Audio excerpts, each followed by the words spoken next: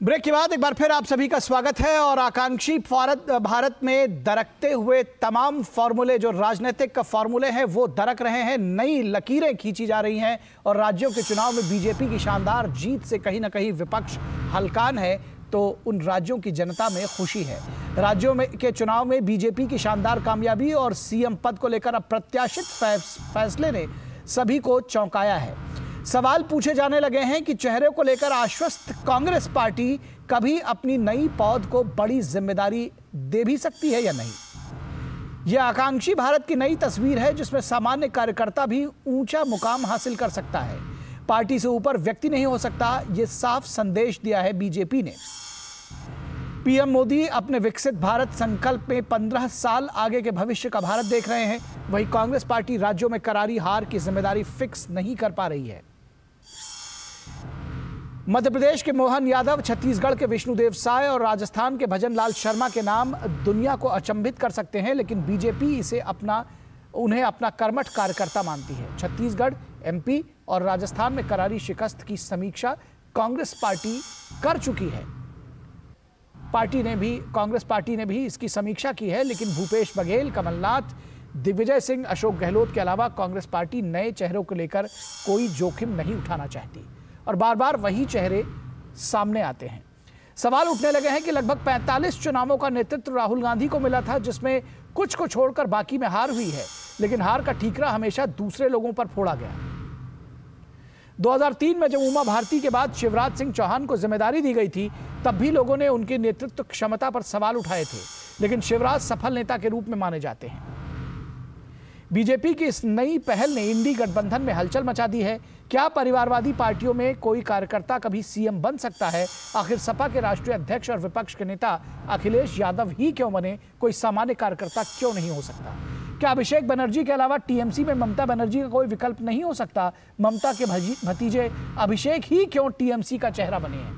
Bahujan Samaj party की BSP को आखिर मायावती के बाद उनके भतीजे आकाश आनंद में ही अपना भविष्य क्यों दिखता है? ये सवाल अब सभी पूछ रहे हैं। डीएमके पिछले 40 वर्षों में परिवार से अलग ना तो सीएम बना पाई और ना ही पार्टी अध्यक्ष। लालू यादव के लिए परिवार ही एकमात्र विकल्प है।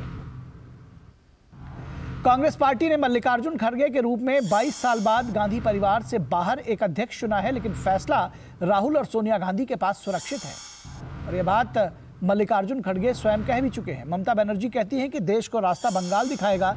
खुद ममता इंडी गठबंधन का नेतृत्व लेना चाहती हैं, लेकिन क्या आकांक्षी भारत उन पर यकीन करेगा? ये एक बड़ा सवाल है। तो आकांक्षी भारत क्या इंडी गठबंधन पर यकीन करेगा? क्या ममता बनर्जी पर यकीन करेगा? यह भी एक बड़ा सवाल है। फिलहाल सूचना और प्रसारण मंत्री अनुराग सिंह ठाकुर ने कहा कि विपक्ष वादे करके दरअसल भूल जाता है, जबकि मोदी सरकार ने जनता से किए वादों को निभाया है और इसी का सबूत चुनाव परिणामों में साफ नजर आता है। चुनावों के निर्णय भी दिखाते हैं कि किस तरह मोदी जी के चेहरे पर चुनाव लड़े गए, मोदी की गारंटी की जीत हुई और एक नहीं 3 राज्यों में भारतीय जनता पार्टी ने शानदार विजय हासिल की। अब तो दुनिया भर की एजेंसी तो कहेंगी, लेकिन जो वोट देने वाला भारत का मतदाता उसने तो बहुत पहले से मन बना लिया है फिर एक बार मोदी सरकार, क्योंकि जो मोदी की गारंटी पर बाकियों को विश्वास है वो शायद कहीं और नहीं, बाकी कहकर मुकर जाते हैं। यही सवाल उठता है, लोग उनसे पूछते कांग्रेस से क्या हुआ तेरा वादा, क्योंकि वायदे करके भूल जाते हैं, लेकिन निभाने वाले मोदी जी हैं, जिनकी गारंटी की भी गारंटी मोदी जी ही देते। और इस पूरी खबर पर बातचीत करने के लिए हमारे साथ विशेष मेहमान जुड़े हुए हैं, उनसे आपका परिचय करा दें। हमारे साथ विजय कौशिक, कांग्रेस के वरिष्ठ नेता जुड़े हुए हैं। विजय जी, बहुत स्वागत है। विनोद मिश्रा, हमारे संपादकीय सलाहकार जुड़े हुए हैं और थोड़ी देर में बीजेपी के प्रवक्ता भी हमारे साथ जुड़ेंगे। फिलहाल विनोद जी, आपके साथ अगर हम शुरू करना चाहें और ये समझना चाहें कि ये जो जिस तरह से बीजेपी में एक साधारण कार्यकर्ताओं को मुख्यमंत्री बना दिया गया, इसका जो संदेश है वो जनता के बीच में तो है ही, क्या विपक्षी पार्टियां भी इससे कुछ मैसेज लेना चाहती हैं? निखिल, मैं आपकी रिपोर्ट पे ही आऊँ। आप जो 3 मुख्यमंत्री का नाम ले रहे थे, दो तो अभी एक शपथ इनका एमपी में चीफ मिनिस्टर ने अपनी जिम्मेदारी संभाल ली है। थोड़ी देर में आप देखेंगे कि छत्तीसगढ़ में और इसके बाद राजस्थान में ये प्रक्रिया होनी है। लेकिन जो संदेश उसका है वो साफ है, और आप देख सकते हैं कि किस तरह से एक नई तस्वीर जो सामने में आई है और नए चेहरे, दुनिया उसको भले ही इन तीनों मुख्यमंत्री के नाम को सुन के अचंभित हो, लेकिन बीजेपी अचंभित नहीं है, क्योंकि वो बीजेपी पार्टी उसको अपने एक कर्मठ कार्यकर्ता मानती है। तो ये जब आप कह रहे थे कि अपने एस्पिरेशनल इंडिया की में एक नई तस्वीर जो सामने आ रही है, ये भविष्य के भारत का आप एक तस्वीर देख रहे हैं। तो जब कोई पार्टी एक विजन के सामने में, लोगों के सामने में रखती है, तो जाहिर सी बात पार्टी अपने तरफ से कार्यकर्ताओं को भी एक सामने में एक मॉडल के रूप में एक दिखाती है, एक चेहरे को सामने में लाती है। तो जब ये मोदी कहते हैं विकसित भारत संकल्प यात्रा में भी आपने कई बार सुना होगा कि अब भविष्य का भारत कैसा हो, तो 2047 तक के भारत की जो विकसित भारत का आप संकल्प यात्रा देखते हैं, तब अगर आपके सामने में ये नए चेहरे सामने आते हैं तो आपको लगता है कि पार्टी सिर्फ बात ही नहीं कर रही है, एक विजन के साथ आगे भी बढ़ रही है। तो इतने सारे कद्दावर लीडर, जो आप मीडिया में चर्चा हो रही थी कौन बनेगा मुख्यमंत्री, और मुख्यमंत्री के बनने के नाम में इन तीनों लोगों का तो कभी नाम भी नहीं था जी, और अचानक ये इन तीनों के नाम आने से, चाहे वो मोहन यादव हों, चाहे आप यहाँ पे आप देखें राजस्थान में सीएम जो बने हुए भजन लाल शर्मा हों, या ये सारे लोग, चाहे विष्णुदेव साय हों, ये सारे लोगों को नाम तो सच में किसी ने नहीं सुना था कि ये लोग रेस में भी हैं कभी। तो इन सब चीज़ों को बात करते हुए जब बीजेपी एक आदर्श साबित करती है संकल्प के साथ में, जो विकसित भारत का जो 2047 का इनका अपना एक लक्ष्य है, उसके सामने में एक तस्वीर रखती है अपने नई लीडरशिप को लेके, तो उसी समय में कांग्रेस में, अब देखिए इसी हफ्ते में कांग्रेस के तीनों राज्यों की समीक्षा हुई थी, छत्तीसगढ़ के भी, राजस्थान के भी और मध्य प्रदेश के भी। समीक्षा का जो भी नतीजा निकला हो, लेकिन जिम्मेदारी किसी के ऊपर नहीं डाली गई थी। अब जिम्मेदारी आप नहीं डालते हैं, और वही कमलनाथ को जब मीडिया की खबरों से और सूत्रों से पता चलता है कि कमलनाथ रिजाइन कर रहे हैं और अगली बार कमलनाथ मीडिया के सामने में आते हैं तो कहते हैं कि नहीं, मैं अपने पद पे बना हुआ हूं। अशोक गहलोत कहते हैं कि नहीं, मैं अपने पद पे बना हुआ हूं। भूपेश बघेल कहते हैं कि मैं अपने पद पे बना हुआ हूं। तो सवाल ये है कि आखिर हार की जिम्मेदारी कौन लेगा?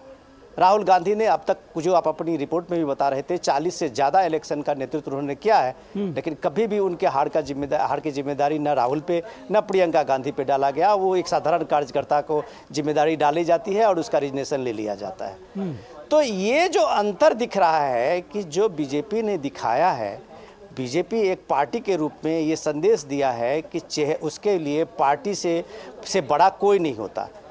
18 साल के मुख्यमंत्री थे शिवराज सिंह चौहान, और डेफिनेटली एक कर्मठ मुख्यमंत्री हैं, लेकिन जब पार्टी का नाम आया तो उसके सामने में शिवराज सिंह को अपनी जिम्मेदारी दूसरों पे छोड़नी पड़ी थी, जैसे उमा भारती ने कभी उन पे जिम्मेदारी सौंपी थी। तो ये एक आदर्श जो भारत में है, ये डेफिनेटली इंडी गठबंधन के जितने भी परिवार की पार्टियां हैं उनके लिए एक चुनौती तो जरूर है, और लोगों के सामने में आज की चर्चा में ये सबसे बड़ी चर्चा है कि आखिर अखिलेश की पार्टी में कोई सपा के राष्ट्रीय अध्यक्ष क्यों नहीं हो सकता, कोई सीएम का कैंडिडेट क्यों नहीं हो सकता, आरजेडी में कोई जो दूसरे पिछड़े वर्ग के लोग हैं वो क्यों नहीं राष्ट्रीय राजनीति में एक उभरता हुआ चेहरा बन सकता या मुख्यमंत्री का फेस हो सकता, चाहे दक्षिण के राज्यों में आप ले लीजिए। ये सवाल तो कम से कम इस देश में अभी चल पड़ा है। जी, निश्चित तौर पर एक जिसको कहते हैं कि प्राइवेट लिमिटेड कंपनियों की तरह बहुत सारी परिवारवादी पार्टियां जिनको नाम दिया गया है वो काम कर रही हैं, और ये हम सब जानते हैं। फिलहाल मैं स्वागत करूंगा, हमारे साथ में बीजेपी के प्रवक्ता शिवम त्यागी भी जुड़ गए हैं। विजय कौशिक जी, आपसे सीधा सवाल, जब आप देख रहे हैं कि एक आकांक्षी भारत की तस्वीर सामने आ रही है और ये कहा जा रहा है कि जो साधारण कार्यकर्ता है बीजेपी में वो मुख्यमंत्री पद पर, शीर्ष पदों पर आसीन किए जा रहे हैं, निश्चित तौर पर यह हसरत जो है कांग्रेस के कार्यकर्ताओं में भी होगी। ये कब ये जो स्वप्न है वो सच हो सकेगा, और स्वप्न सच होने के लिए सबसे पहले जो हार की जिम्मेदारी है वो कब सीधे तौर पर गांधी परिवार या राहुल गांधी अपने ऊपर ले सकेंगे? देखिए निखिल भाई, सबसे पहले मैं माननीय मोदी जी को उनके कूटनीतिक षड्यंत्रों की जीत के लिए बधाई देता हूँ। जनता की जीत नहीं है, कूटनीतिक षड्यंत्रों की जीत है। हाँ जी, कूटनीति की जीत वो होती है जो देश के लिए कोई कदम उठाया जाए। कूटनीतिक षड्यंत्रों में कहा जाता है जो कुर्सी को बचाए रखने के मद्देनजर कदम उठाए जाते हैं। इससे भाजपा एक तीर से दो निशाने साधना चाहती है, यानी कि मोदी जी। एक तो मोदी जी को भगवान के अवतार के तौर पर स्थापित करना कि वो किसी को भी राजा बना सकते हैं, किसी को भी रंक बना सकते हैं छापा डालकर, CBID के मार्फत। ठीक है। दूसरा ये कि भी वो एक ये संदेश देना चाहते हैं कि भाई जो हमने यस मैन अपने नियुक्त किए हैं वो हमारे हिसाब से ही चलें, वो कभी आवाज ना उठा पाए, वो मोदी जी के गलत कामों का कभी विरोध ना कर पाए। तो इससे कई, एक तीर से कई इन्होंने जो है फार्मूले अपने सिद्ध किए हैं। उनमें एक ये भी है, जो नेता उभर रहे थे भाई 2-2 3-3 बार जो सीएम रह लिए, वो कल को पीएम की दौड़ में भी आते तो उनका जड़ से ही खात्मा कर दिया मोदी जी ने। तो उनके कूटनीतिक षड्यंत्रों के लिए मैं कांग्रेस पार्टी की तरफ से उन्हें वैसे मैं बीच में आपको टोकना नहीं चाह रहा था, लेकिन ये जो आप बार बार कह रहे हैं कूटनीतिक षड्यंत्रों के लिए, और आपने कहा कि जो उनका विरोध ना करे, क्या शिवराज चौहान या रमन सिंह या वसुंधरा राजे या कोई कभी उनका विरोध करता था क्या? या पार्टी में ये परंपरा रही है विरोध करने की? देखिए, विरोध जो विरोध की वजह से हटा दिया गया, मतलब कोई एक इंस्टेंस बताइए कि शिवराज सिंह चौहान ने विरोध किया हो। नहीं, मुझे लगता है ये मैं किसी का फेवर नहीं कर रहा हूं, ये शिवम त्यागी अपना पक्ष बताएंगे, लेकिन जिस तरह से पार्टी में नए कार्यकर्ताओं को तरजीह दी गई बीजेपी में, मैं कह रहा हूं कि क्या आप उससे कोई सबक लेंगे, कोई सीख लेंगे? आप कह रहे हैं कि वो उनका कूटनीतिक षड्यंत्र है। बहरहाल ये बताइए, हार की जिम्मेदारी लेंगे राहुल गांधी? लेकिन भाई निश्चित तौर पर सुनिए, निश्चित तौर पर हार की जिम्मेवारी ली भी जानी चाहिए, और इससे पहले राहुल गांधी जी ने हार की जिम्मेवारी लेते हुए अपने पद से त्याग पत्र भी दिया था, अध्यक्ष पद से। और मैं ये मानता हूं कि देखिए, बीजेपी का जो काम है, मोदी जी का काम है, वो अपना कर रहे हैं। सवाल यह है कि हम कूटनीतिक स्तर पर फेल साबित हो रहे हैं। कांग्रेस पार्टी के रणनीतिकार कूटनीति के मामले में जीरो साबित हो रहे हैं। यही कारण है कि मोदी जी उसका हर कदम पर फायदा उठा रहे हैं।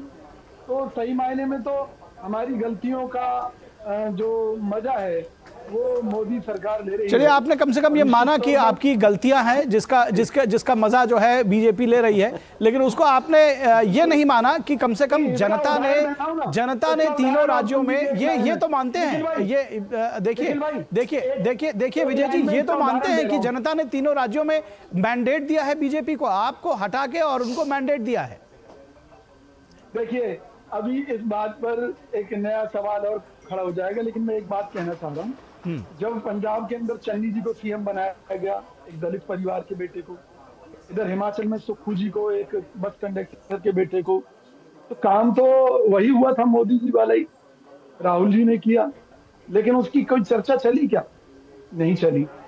तो यानी कि भाजपा की रणनीति कामयाब है, और जो हमारे जो कूटनीतिज्ञ हैं कांग्रेस पार्टी में, उनकी कूटनीति, मुझे लगता है कूटनीति से उनका कोई लेना देना नहीं है।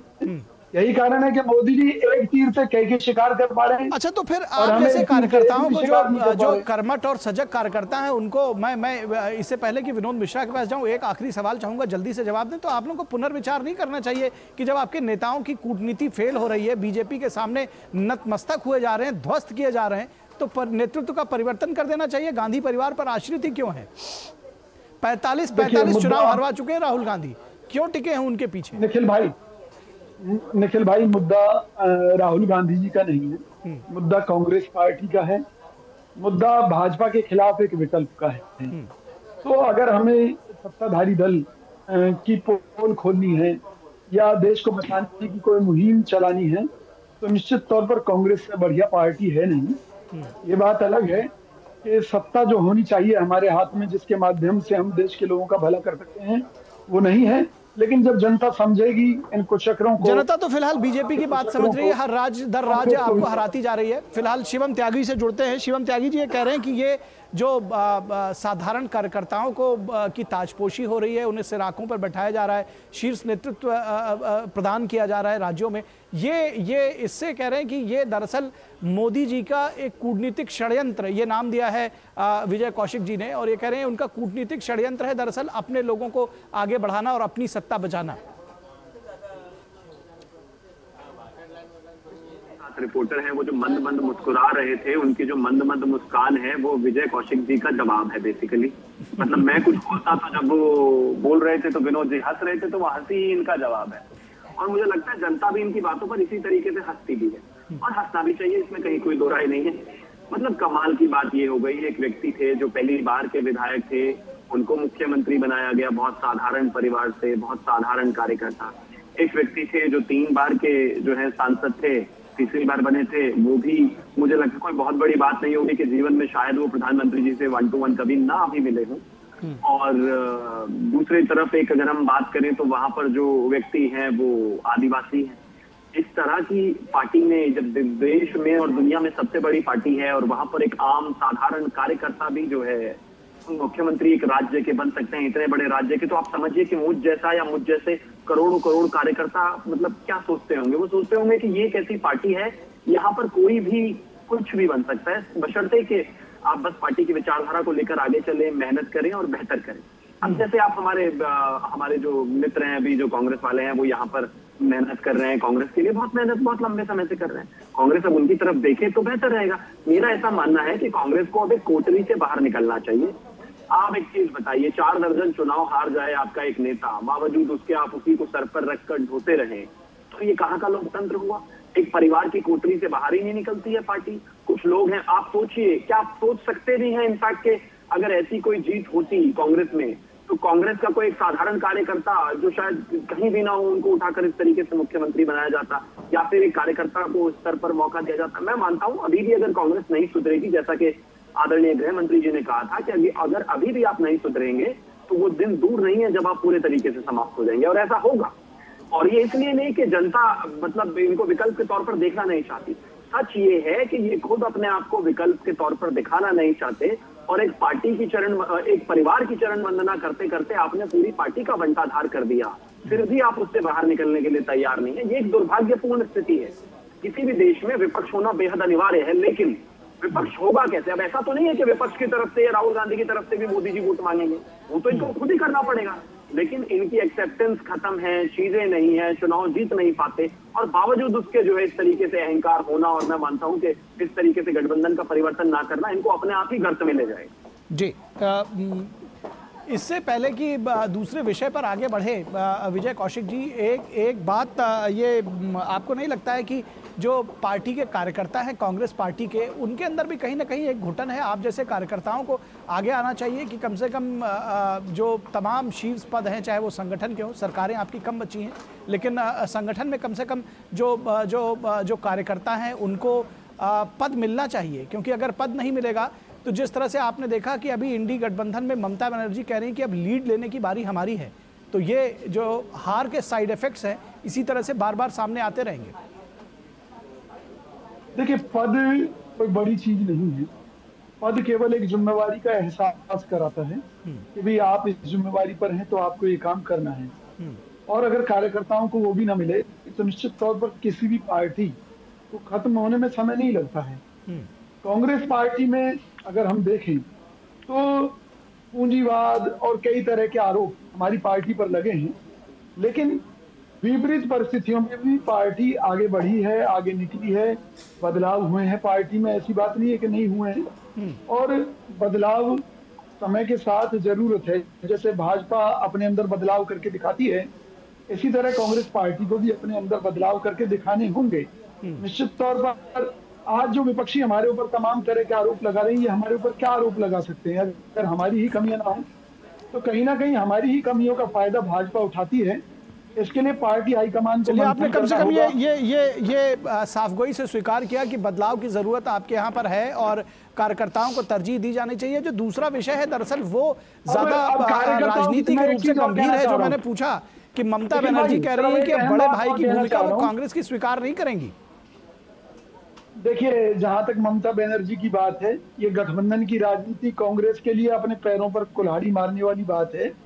हमने अपनी पार्टी के नेताओं को कहा है कि इन परिस्थितियों में, क्या किसी भी परिस्थिति में हमें गठबंधन नहीं करना चाहिए, क्योंकि गठबंधन की राजनीति से क्षेत्रीय दलों ने हमें हमेशा नुकसान पहुंचाया है।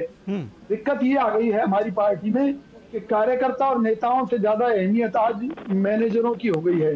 जो चुनाव मैनेज करते हैं लोग, जो सारे सिस्टम को मैनेज करने का दावा करते हैं, तो निश्चित तौर पर पार्टी कार्यकर्ता और नेताओं को आगे आना चाहिए। बदलाव की अब जरूरत है। राहुल गांधी जी ने बहुत समय पहले भी कोशिशें की थी। उन्होंने कहा था कि पार्टी में वो कार्यकर्ता पीछे रह जाता है जिसे मौका नहीं मिल पाता। सही बात है, मौका क्या है? मौका एक पद है। जब तक आप कार्यकर्ता को जिम्मेवारी देंगे नहीं और कार्यकर्ता एक पद पर होकर अपनी जिम्मेवारी का निर्वाह ठीक से नहीं करेगा तो कोई भी पार्टी मजबूत ठीक बात है, ठीक बात है। मुझे खुशी है कि कम से कम आपने साफगोई से, विजय कौशिक जी ने ये बात रखी है, चाहे साफगोई से रखी है, चाहे दिल की बात जुमा पर आ गई, लेकिन कम से कम साफ तौर पर ये बात आपने कही है।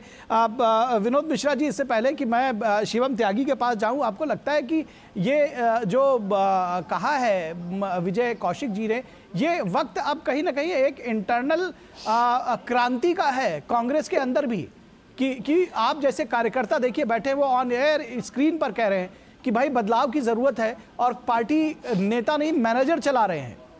अब इससे ज्यादा और कोई क्या कहेगा?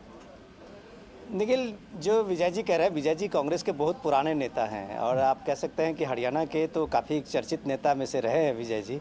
तो विजय जी हमसे बेहतर जानते हैं, लेकिन विजय जी कम से कम ये दर्द उनके अंदर में है कि जैसे धीरज साहू जैसे लोगों को क्यों बार बार MP बनाया जाता है, जो आज 350 करोड़ रुपये उसके घर से मिले हैं, नोटों को बंडल। तो ऐसे लोग जब सामने में आएंगे, उनको आप बार बार MP बनाएंगे, राज्यसभा से भेजेंगे, तो जाहिर सी बात है कार्यकर्ता उपेक्षित रहेगी, ये वो होंगे। और ये बात विजय जी ने खुल के नहीं कहा हो, कहना वही चाह रहे होंगे। लेकिन सबसे इम्पॉर्टेंट चीज़ ये है, जो अपनी रिपोर्ट में आप बता रहे थे कि कांग्रेस ने किस तरह से अपने कार्यकर्ताओं से संवाद नहीं खोया है, सिर्फ उसने एक तरह से कार्यकर्ताओं को आपने एक रोका, बाद आपने उसके सामने में एक सवाल खड़ा किया बड़ा चेहरे को सामने रख के, तो आप जनता से भी संवाद करना आप चूक गए।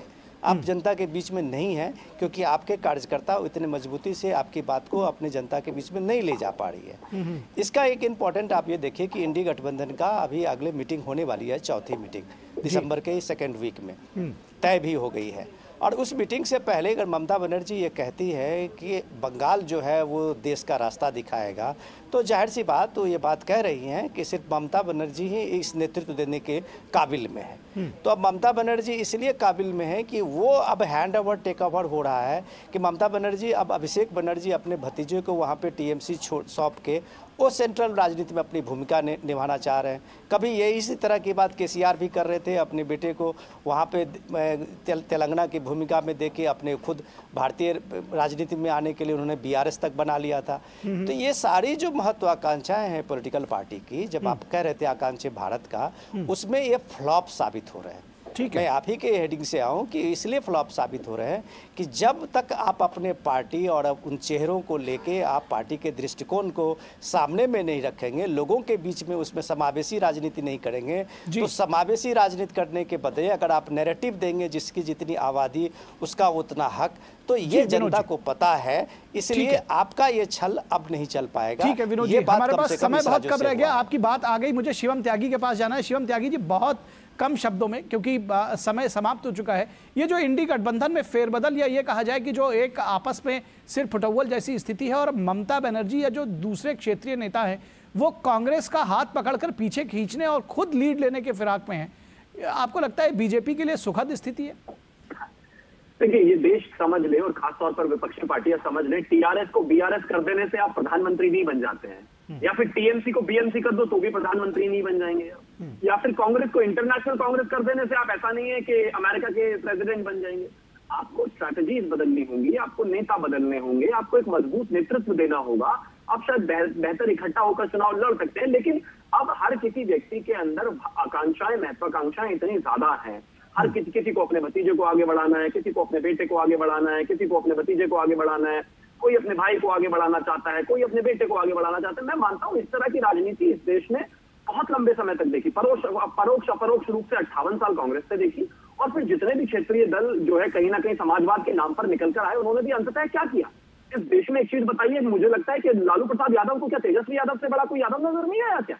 या फिर यूं कहिए कि मुलायम सिंह यादव जी को कोई जो है हमारे अखिलेश यादव जी से बड़े कोई यादव नजर नहीं आए क्या? या फिर किसी भी स्तर पर आप चले जाइए, चाहे वो रेड्डीज हो, चाहे वो बैनर्जीज हो, चाहे वो मायावती जी हो, चाहे वो लालू जी हो, चाहे वो मुलायम सिंह जी हो, मुझे लगता है ये समय है कहीं ना कहीं लोगों को रिप्रेजेंटेशन देने का। और एक कार्यकर्ता जो अंत्योदय की हम बात करते हैं, अंत में खड़े हुए पंक्ति में भी एक व्यक्ति को ऐसा महसूस होना चाहिए कि वो भी आने वाले समय में अगर विचारधारा के साथ जुड़कर मेहनत करता है तो उसे कुछ मिलेगा। आज अगर यहाँ पर बैठकर जो है विजय जी इस तरह की बातें कर रहे हैं तो मुझे सिंपैथी है उनसे, मेरे आंसू निकल रहे हैं, लेकिन मैं क्या करूँ, मैं कुछ नहीं कर सकता। करना उनके लिए जो भी है वो उनके केंद्रीय नेतृत्व को ही करना है। ठीक है, विजय जी ने बड़ी साफगोई से, बिल्कुल शिवम त्यागी जी, विजय जी ने बड़ी साफगोई से कम ये स्वीकार किया कि कांग्रेस में परिवर्तन की जरूरत है, कार्यकर्ताओं को तरजीह दिए जाने की जरूरत है और सड़क पर लाकर मुद्दों को लड़ने की, जनता के बीच में उनके मुद्दों को उठाने की जरूरत है। ये उन्होंने बड़ी साफगोई से स्वीकार किया, बहुत अच्छी बात है। हम अगली बार फिर एक नई चर्चा में आप लोगों के साथ जुड़ेंगे। फिलहाल आज के लिए शुक्रिया विनोद मिश्रा जी आपका, विजय जी आपका और शिवम त्यागी जी आपका। और यहां रुकेंगे एक ब्रेक के लिए। ब्रेक के बाद जब वापस लौटेंगे तो बात करेंगे कि जाति गणना पर कांग्रेस में आखिर तकरार क्यों। तुम्हें पता है इन्वेस्टर्स के लिए कि इन्वेस्टर प्रोटेक्शन फंड होता है IPF, लेकिन अगर तुम्हारा ट्रेड एक्सचेंज पर एग्जीक्यूट नहीं हुआ या फिर कोई गारंटी